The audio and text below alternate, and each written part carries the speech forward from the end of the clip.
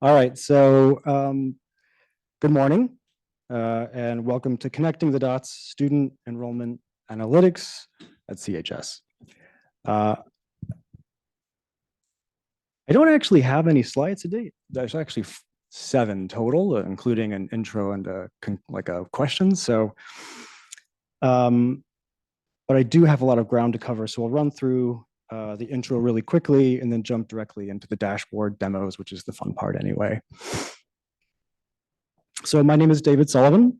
I'm an assistant director of analytics at the College of Health Solutions, and I will have been at ASU for actually 10 years in January, which is crazy. At CHS, I lead a small team of analysts who handle all of the operational data needs for the college. We primarily work with student and HR data. That's the team. Oh, hey, Femento. So I called this session Connecting the Dots because I don't want to demo 3 unrelated dashboards. I want to use each dashboard to further a single thread of analysis, which we're going to focus that analysis on one particular academic plan, which I already know to be at least a little bit interesting, but I will otherwise assume no knowledge about the program as we walk through the steps together. So here goes first one. Oop.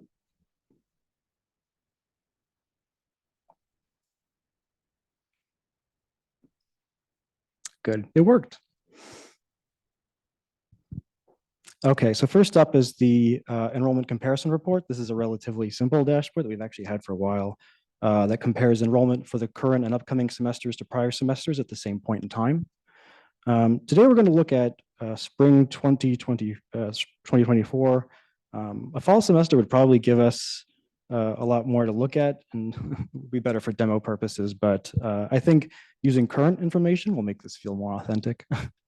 We're currently looking at fall 23, but I can set the semester to spring by clicking on Show Filters button. And actually, all of our reports use basically the same functionality.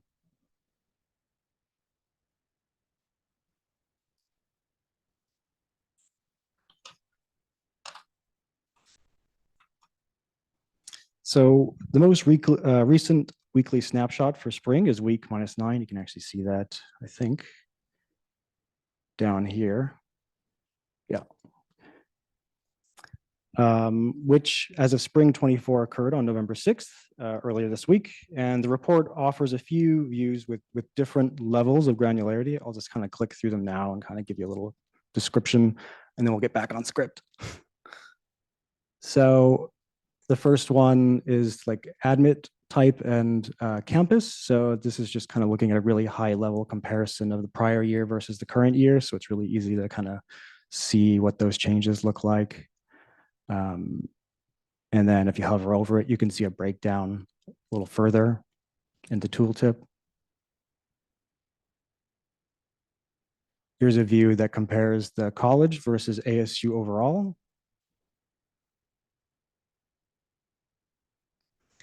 This is one that's meant to kind of mimic like the reports that come from the RedTech. If people are really used to seeing those, so this kind of formats that in a familiar way, but it's a lot of numbers.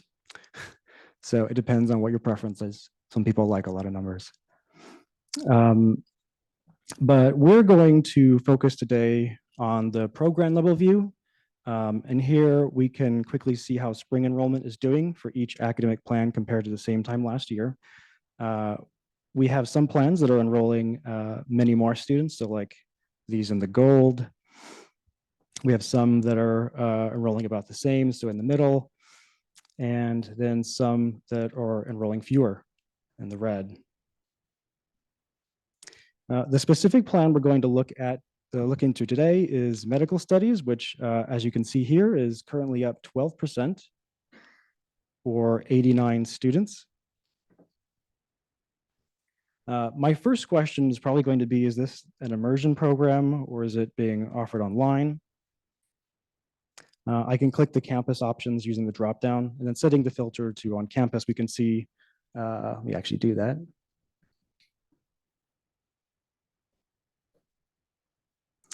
We can see that medical studies is at the top in terms of growth among our on-campus immersion undergraduate programs. Mouthful. It's also second from the top among the online programs, which I'll show you now.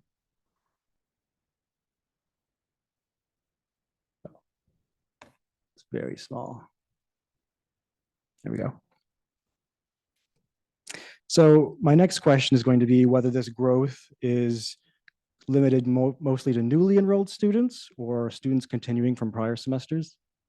So we can also do that here. So currently we're looking at online, and I'll just take away the continuing students. And yeah, now we can see that we're looking at the new students, and we're seeing a big jump there. That's 29 students. We can reverse that. Actually, we still see an increase here. It's still 29. And we can look at on campus as well, do the same thing. And don't worry, I'm going to show you these numbers again. I know it's like a lot to remember. So here's continuing for on campus, still up.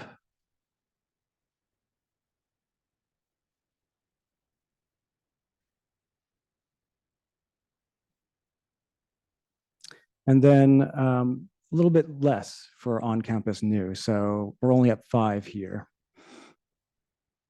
Okay, so let's go back to the slides for a second, because I actually have a handy list of all these numbers for you.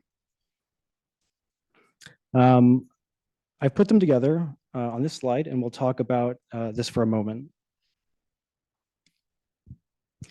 We can see that this program is offered both on campus online, which is what you had originally asked, and that enrollment is increasing on both campuses, with about 65% of the observed increase coming from online students. And then among on-campus students, most of the increase is coming from continuing. And among online students, the increase is evenly split, actually 50-50, between new and continuing students, both groups increasing by 29. Interesting.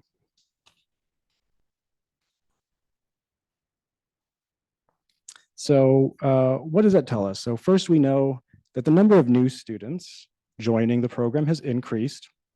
We furthermore know that there is an on-campus component to this trend, because it's mostly limited to, trend since the increase in new students is limited to online.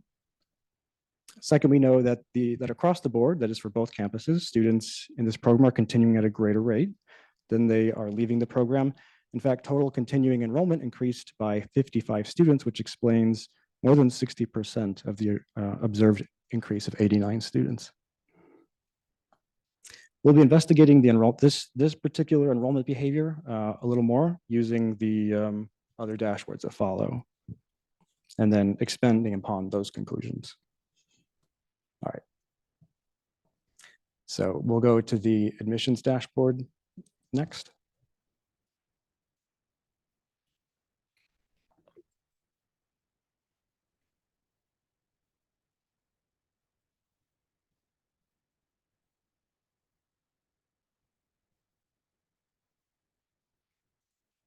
Okay, so next is the admissions comparison report. This is a pretty fun dashboard, I think, that I created a week after I came back from Tableau Conference 23 and was still riding a data high. So I had a lot of like data energy that I put into this one. It was a lot of fun because I didn't have to create the data set. Admissions services kindly granted me access to their admissions comparison table, which drives their own reporting. And I built this Tableau workbook on top of that table. And this was actually advantageous for at least a couple other reasons, in addition to being able to skip the backend development part and then the ongoing maintenance associated with it. But most important to me was the fact that this report would always reflect the same logic used in their reports. And I love consistent numbers. Okay, I've set it to spring. It had defaulted to fall. So this dashboard offers two main views. The first is a quick overview, and then the other is like a really flexible bar chart. So I'll kind of click through and kind of explain the functionality of this dashboard. So at the front here, I have like some of the useful sort of like KPIs associated with admissions. I'm actually missing applications. I just put completed applications because otherwise it would be an odd number of squares. Um, but for each one, you get the current number and then the prior terms that are in comparison, which in this case is springs. And you can see the same thing for each KPI, as well as a calculation of what that change in percent is and what it is you're actually comparing the current semester against. I have some like fun little buttons here. So this has the effect of sending you to the detailed view and also pre-filtering to this particular part of the data. So you can click on it, and then it'll also set this parameter to admits. By default, this one is alphabetical, but it's easier to read if I set it to sort by value. So now we're seeing year over year change for admits in our students by academic plan. But you have a lot of options actually, as far as like how you want this to be shown. And this is something we're kind of incorporating more and more into our dashboards, because a lot of the most popular things we offer are actually tables, because people typically want numbers in addition to visualizations, and having this ability to kind of pivot it the way you want is really useful. So for example, let's say instead of academic career, we want to do it by student type. So now we have it here by first year student, transfer, readmit, second baccalaureate. And you can do the same thing here. So you have a lot of flexibility in the way that the data is shown. Okay. Any questions on this one? Cool. So we'll continue our investigation into the large medical studies enrollment increase in spring 24 by setting the academic plan filter. We'll go back to the overview tab too. I'm actually gonna, I think, revert this so we're starting from scratch. Okay, so I'll set it back to spring. And again, we're going to set this to medical studies.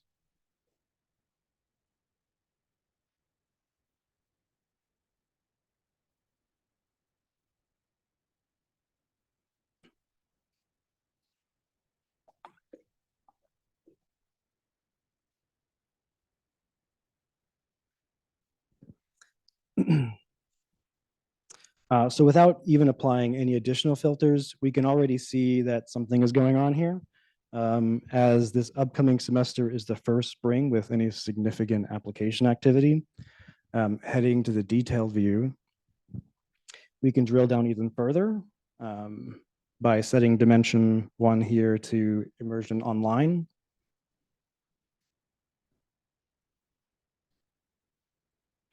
And then dimension 2 to student type.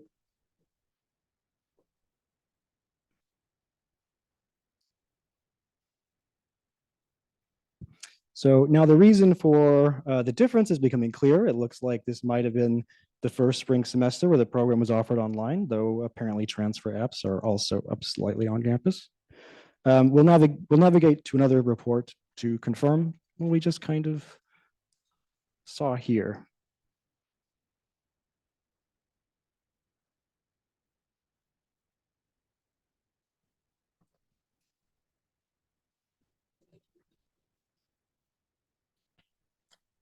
I'm very happy that Tableau server is cooperating today. Okay.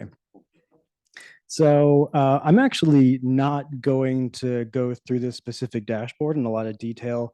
But if you attended the session my team put on yesterday, focusing on this particular dashboard specifically, and I assume there's gonna be a recording later. So if you're interested, you can watch that. What I want to use it for right now is just to quickly provide a historical context to the enrollment changes we previously observed. So let's filter to medical studies and change the term selector to both fall and spring.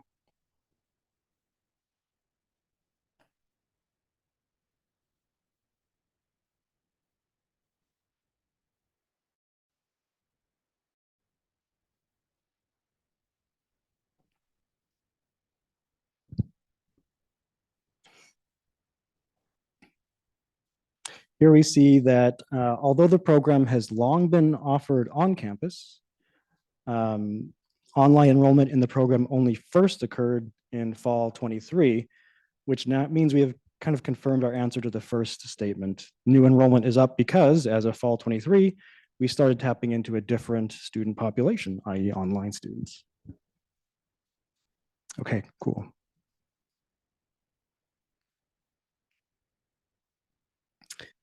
So I'll open up the last dashboard we're going to look at.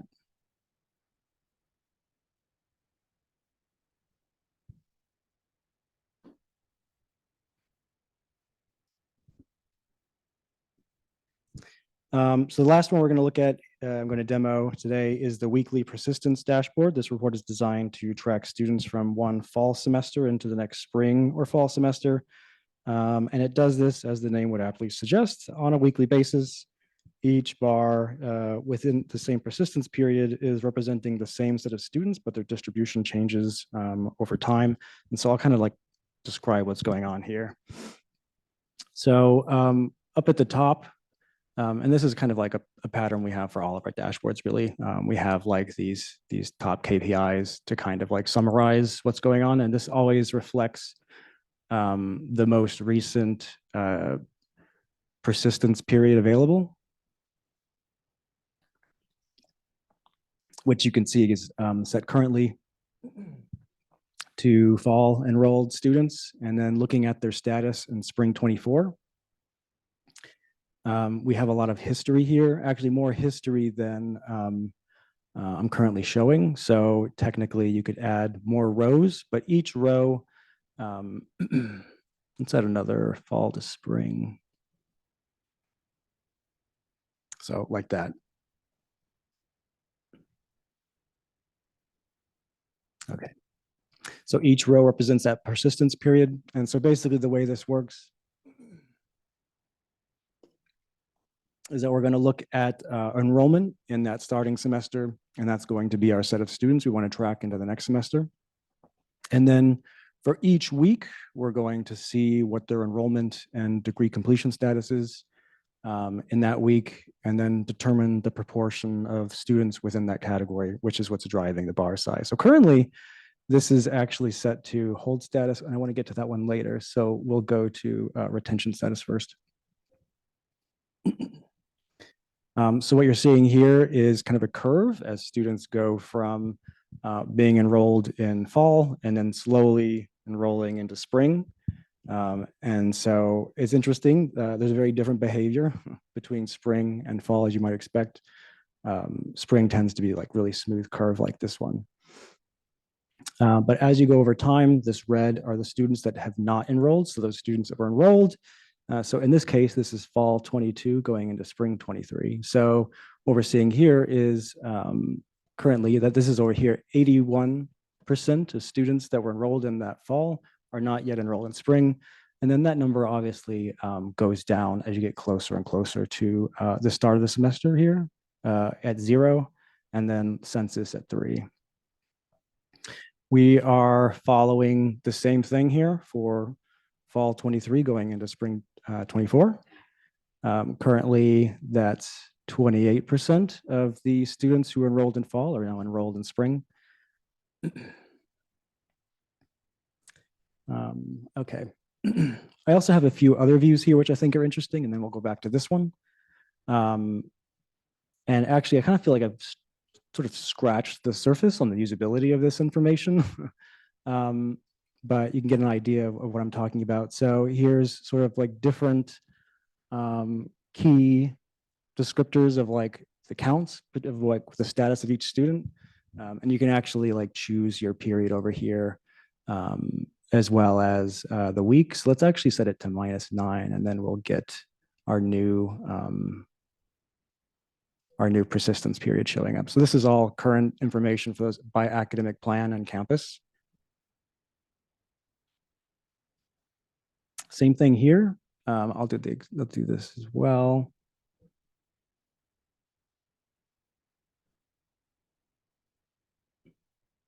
So now we're seeing each academic plan ranked by the percent of re-enrollment. And I've actually excluded degree completing students from this so that we're really looking at that proportion of eligible students who are enrolling. Yeah, and actually we should see med studies up here pretty high. Yeah, here it is, med studies, 88.2% of eligible students enrolled. Okay, so I'll get back to my script. We'll wrap up the analysis of med studies by seeing if the persistence dashboard can offer a potential explanation as to why an across the board increase in the number of continuing students, which we identified earlier, is occurring. We'll start by setting our plan filter to med studies again.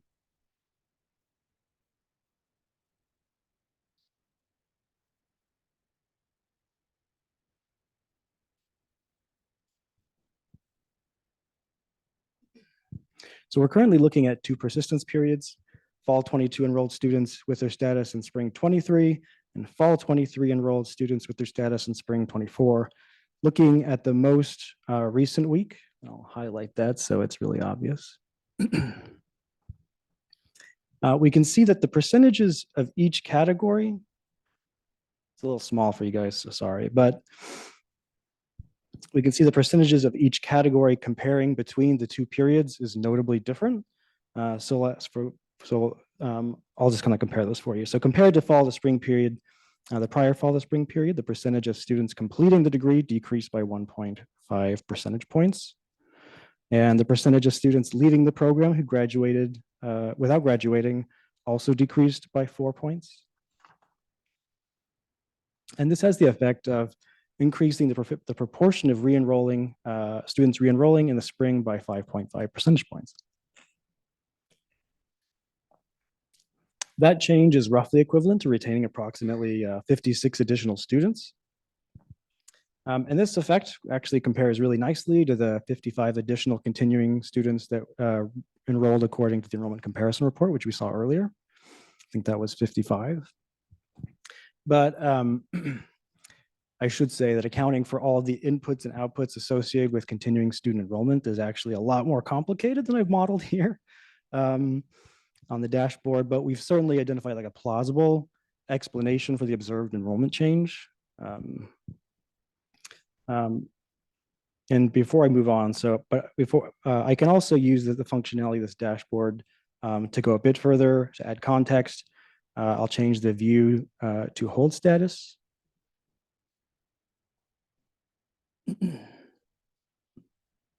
This one's a little busier because it's got the lines, but I'll try to explain it here. So the lines are actually counts. And so a blue line is the number of students without a hold, and so on and so forth. So like the pink and the orange, those are both holds, as well as green. So green is a financial hold, orange is a advising hold, and then pink is having both. So I've kind of like have those broken out here by week. And so this was actually possible because of the addition of a new table in the data warehouse that tracks the service indicators over time. So that was a good opportunity to kind of take advantage of that. Obviously, you can't go really far back in history, but I think we have about a couple years now, which is really cool. And then, so it's really functioning the same way as the other one, except currently we're looking only at the not enrolled students. So over time, you're seeing that set of not enrolled students and what their proportion of hold status is over time.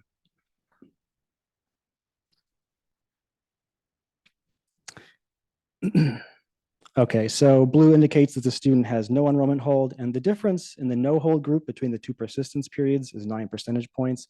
So that's here and here, though I don't think, have I filtered to, oh, I'm still filtered to med studies, I want to make sure. Okay, yeah, so the difference between here and here, it's pretty obvious that it's smaller. That's 9 percentage points. And this is kind of indicating that a greater proportion of eligible students are choosing to enroll. So now we kind of have an answer to our second question, that the observed increase in continuing enrollment is likely influenced by the improved rates at which we are re-enrolling eligible students.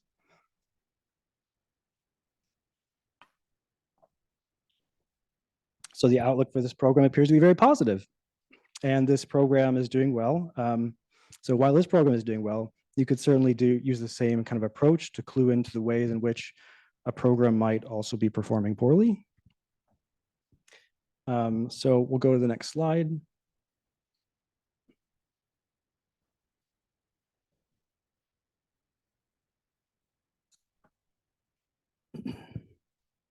So what's next? We have a few projects under development and additional projects planned for the future.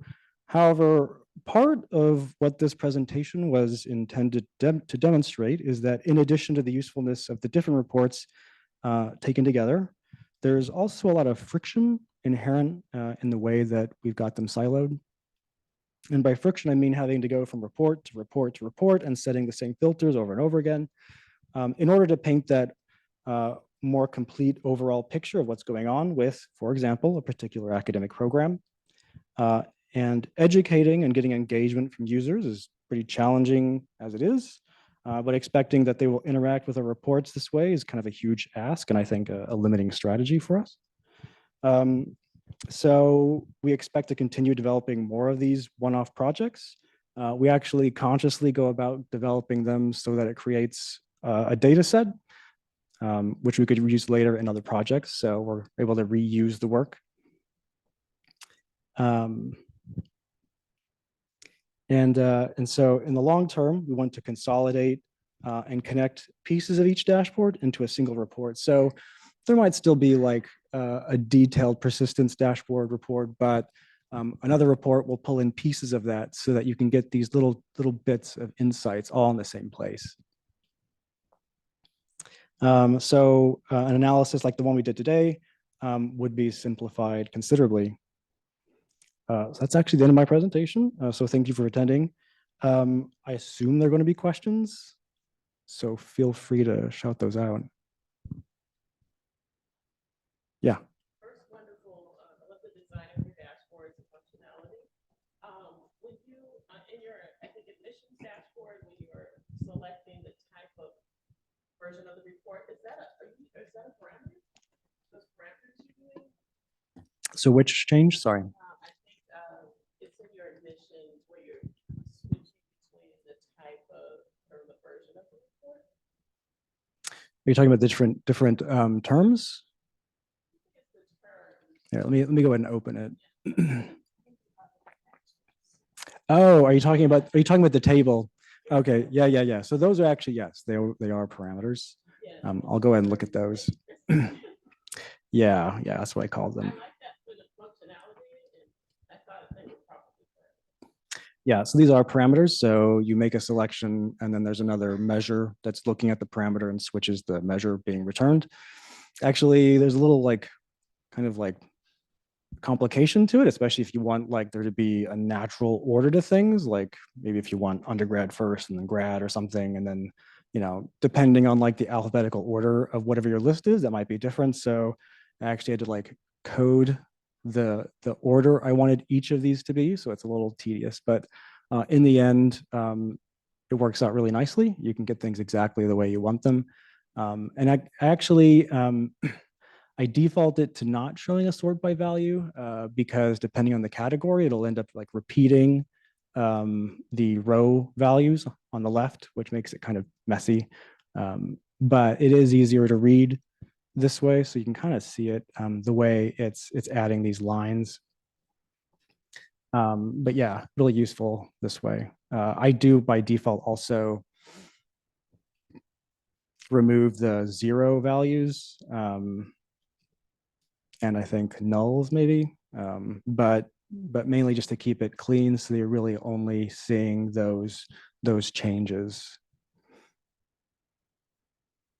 Any other questions on that one? Yeah.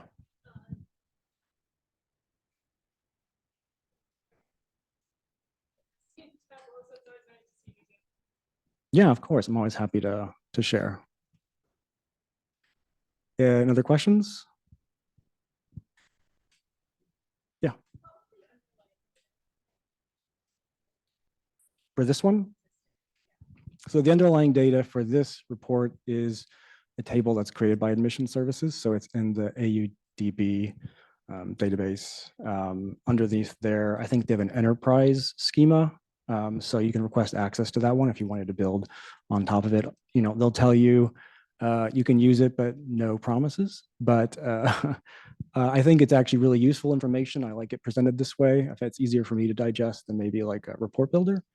But yeah, that's how it's built. So it's really nice of them that they provide access to it, because it's really a pain to kind of code yourself the SQL for admissions, and it's very hard to like get numbers to match because small coding differences can make it change, and the logic, I think it seems to tend to change from year to year, which makes it just kind of hard to have consistent numbers, which, you know, I think results in less trust in your information. So I think this is really useful to do it this way.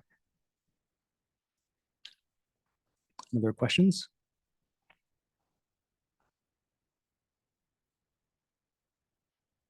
Okay. Well, thank you for coming. Hope you found the information useful.